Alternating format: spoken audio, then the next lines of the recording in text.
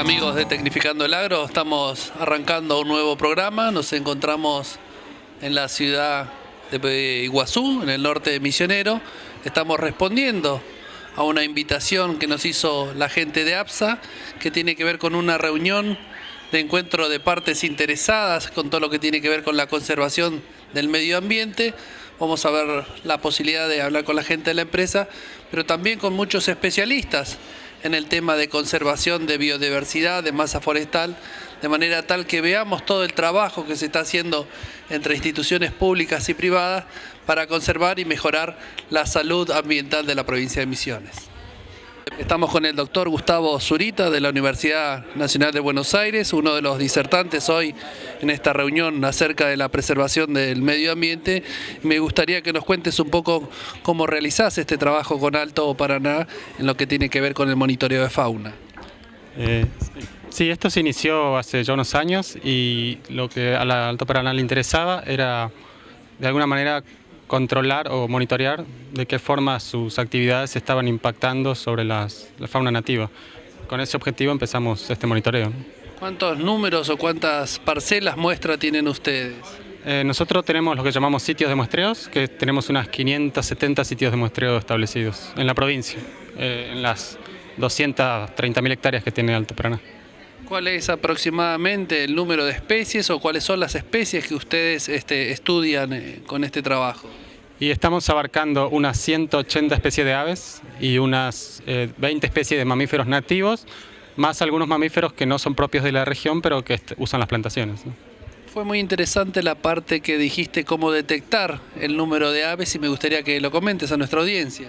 Sí, es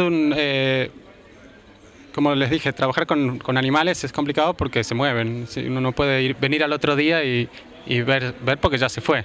Entonces, nosotros usamos métodos que se llaman instantáneos, es decir, nos paramos y en el momento escuchamos las aves que hay. Esa es la única forma. Si volvemos al otro día, vamos a escuchar otra cosa. Entonces, tenemos que en el momento registrar todo lo que vemos y escuchamos, ¿no? He visto también un gráfico que mostraba a través del sonido grabado que podían identificar en las aves. ¿Esto es así? Sí, esto se usa bastante. Las aves, una forma de tener un registro permanente es grabándolas. Y así como a la gente se la puede identificar por su voz, a las aves se las puede identificar por su canto. Entonces, si las grabamos, pues podemos sentarnos a escuchar y compararlo con grabaciones y identificarlas a veces. También una de la fauna medida tiene que ver con los mamíferos. ¿Qué es lo que han podido ver en esto? Mira, ahí encontramos una asociación muy clara entre los mamíferos grandes, más conocidos, los tapires, los yaguaretes, los pumas, y las grandes áreas protegidas.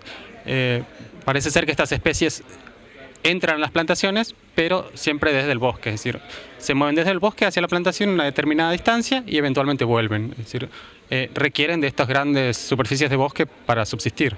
¿Cómo logran captar o registrar la presencia de estos mamíferos de la selva misionera? Sí, los mamíferos para cualquiera que haya trabajado o vivido acá es muy frustrante porque no se ven. Es decir, todos llegan a la selva misionera pensando en ver un yaguareté y se van sin verlo. Una forma indirecta es a través de sus pisadas. Ellos también, así como el canto, los mamíferos dejan pisadas muy distintivas y uno entonces ve la huella y puede saber qué especie es la que anda por esa zona. Una parte que presté mucha atención y me pareció muy interesante era cómo a la medida que avanzaba la forestación se iba haciendo un ambiente bastante parecido. Vos lo mediste como índice de similitud y me gustaría que te refieras un poco a este tema. Sí, hay que imaginarse, ponerse en el lugar de un ave, ¿no? Un ave usa un determinado ambiente, una selva. Si un ave ve un pastizal, dice, esta no es mi casa, acá yo no me meto. Entonces, la percepción de las aves y de los mamíferos es muy así. Entonces, cuando perciben un ambiente que se parece al suyo, lo usan. Entonces, la plantación se empieza a parecer a la selva a medida que madura. Porque los árboles son más grandes, empiezan a crecer otros árboles abajo. Estructuralmente es más parecido a una selva y eso hace que la fauna empiece a usarla porque la perciben como un ambiente apto para ellos, ¿no? ¿Cuál sería una edad de deforestación artificial en la cual se empieza a aparecer el bosque nativo?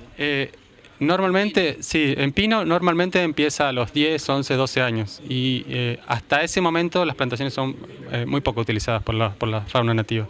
También has tirado unos datos acerca de cuál es el impacto y me gustaría que lo digas respecto que hasta el 50% de la superficie con bosque nativo como que no se veían grandes cambios y a partir de ello se veía una fuerte caída. Aclarámelo un poquito este tema. Sí, se está viendo que el impacto de la actividad humana en cuanto a la deforestación es particularmente importante en un determinado rango. Si el paisaje se deforesta no mucho, hasta un 60 o 70%, no se afectan de manera muy importante a las comunidades. Cuando uno baja de ese umbral, es decir, pasamos de tener un 60% de bosque en el paisaje a un 30%, afectamos de manera drástica a las comunidades. No es una línea donde uno a medida que deforesta se pierden especies, no es línea. Hace lo que llamamos una curva umbral, que es de golpe hay una caída abrupta. Los mecanismos, por qué ocurre esto, están en investigación, no son muy claros, ¿no? Bueno, Gustavo, gracias por tu tiempo y realmente espero que esta información sirva para que todos vivamos en una misiones más sana y más sustentable. Para eso estamos trabajando. Gracias.